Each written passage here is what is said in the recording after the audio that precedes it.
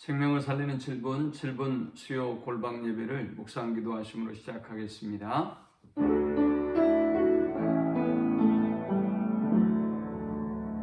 장사 지낸 바 되었다가 3일 만에 다시 살아나시고 우리의 소망이 되신 주님을 찬양합니다. 부활의 소망이 이 땅 가운데 또 모든 주의 자녀들 가운데 임하게 하셔서 이 어둠과 이 고통과 또 이 사망의 권세를 이기고 승리할 수 있도록 인도하여 주옵소서. 부활의 소망을 온 누리에 증거하는 주의 자녀들이 되도록 인도해 주옵소서. 예수님의 이름으로 기도합니다. 아멘. 찬송 171장 드리겠습니다.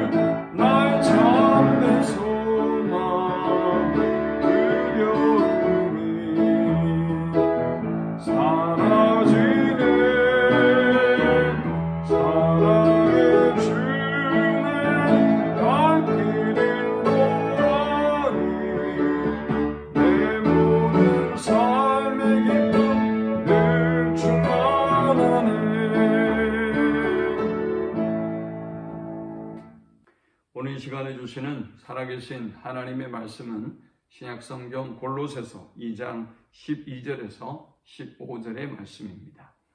너희가 세례로 그리스도와 함께 장사되고 또 죽은 자들 가운데서 그를 일으키신 하나님의 역사를 믿음으로 말미암아 그 안에서 함께 일으키심을 받았느니라. 또 범죄와 육체의 무할례로 죽었던 너희를 하나님이 그와 함께 살리시고 우리의 모든 죄를 사하시고 우리를 거스리고 불리하게 하는 모든 법조문으로 쓴 증서를 지우시고 제하여 버리사 십자가에 못 박으시고 통치자들과 권세들을 무력화하여 드러내어 구경거리로 삼으시고 십자가로 그들을 이기셨느니라. 아멘. 예수 그리스도의 죽음과 부활은 인류의 역사에 있어서 가장 큰 엄청난 영향을 끼친 사건이라고 말할 수 있을 것입니다. 예수님의 부활이 역사적인 증거인 이유는 여러 증거가 있습니다. 그 중에 하나는 구약에 예언되고 또 신약에 예언된 그 말씀 그대로 주님은 죽으시고 부활하셨다는 것입니다. 하나님의 말씀을 그대로 성취한 사건이 바로 이 부활의 사건입니다. 예수님의 부활이 역사적인 사실인 두 번째 이유는 바로 제자들의 변화였습니다. 예수님은 유월절 만찬에서 제자들이 다 자신을 버리고 배신하고 도망칠 것이라고 말씀하셨습니다. 그리고 그 예언대로 제자들은 주님을 외면하고 떠나고 말았습니다. 그런데 예수님의 부활과 더불어서 부활의 주님이 이 제자들을 한 사람 한 사람 찾아오시고 그들을 회복시키시고 그들을 새롭게 세우심으로 그들은 부활의 증인이 되었고 그들은 주를 위하여 하나님의 나라를 위해서 자신의 삶을 온전히 바쳤습니다. 예수님의 부활이 역사적인 사실인 이유는 빈 무덤이 그 증거입니다. 군인들과 대제사장들은 입을 맞추고 예수님의 제자들이 그들이 졸고 있을 때에 그 시신을 훔쳐갔다고 입을 맞춥니다. 그러나 그들이 졸고 있을 때에 어떻게 예수님의 제자들이 그 예수님의 시신을 훔쳐간 것을 볼 수 있을까요? 그 누구도 그 철통 같은 경계를 뚫고 예수님의 시신을 가져갈 수 있는 사람은 없었습니다.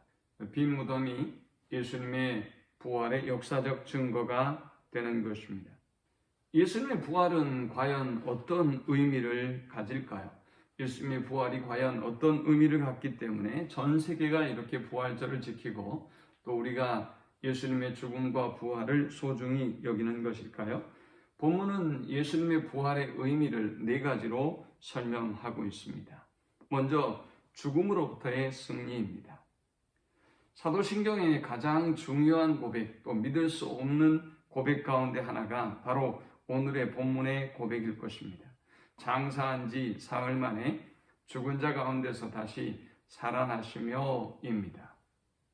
그런데 오늘 본문은 말씀합니다. 너희가 세례로 그리스도와 함께 장사되고 또 죽은 자들 가운데서 그를 일으키신 하나님의 역사를 믿음으로 말미암아 그 안에서 함께 일으키심을 받았느니라. 예수님의 부활은 예수님 자신의 부활이기도 하지만 모든 죽은 자들을 함께 일으키신 사건입니다. 그래서 이제 인류는 이 죽음의 모든 공포로부터 자유를 누릴 수 있게 된 것입니다. 예수님의 부활이 의미를 갖는 두 번째 이유는 죄로부터의 승리입니다. 13절에 또 범죄와 육체의 모할례로 죽었던 너희를 하나님이 그와 함께 살리시고 우리의 모든 죄를 사하시고 있습니다. 인간은 죄로부터 출생하고 또 자범죄를 지으며 살아갈 수밖에 없는 연약한 존재입니다. 사도 바울은 로마서 7장을 통해서 자신의 몸을 자신의 생각대로 의지대로 살아갈 수 없는 죄에 노예된 상태다라고 자신을 고백합니다.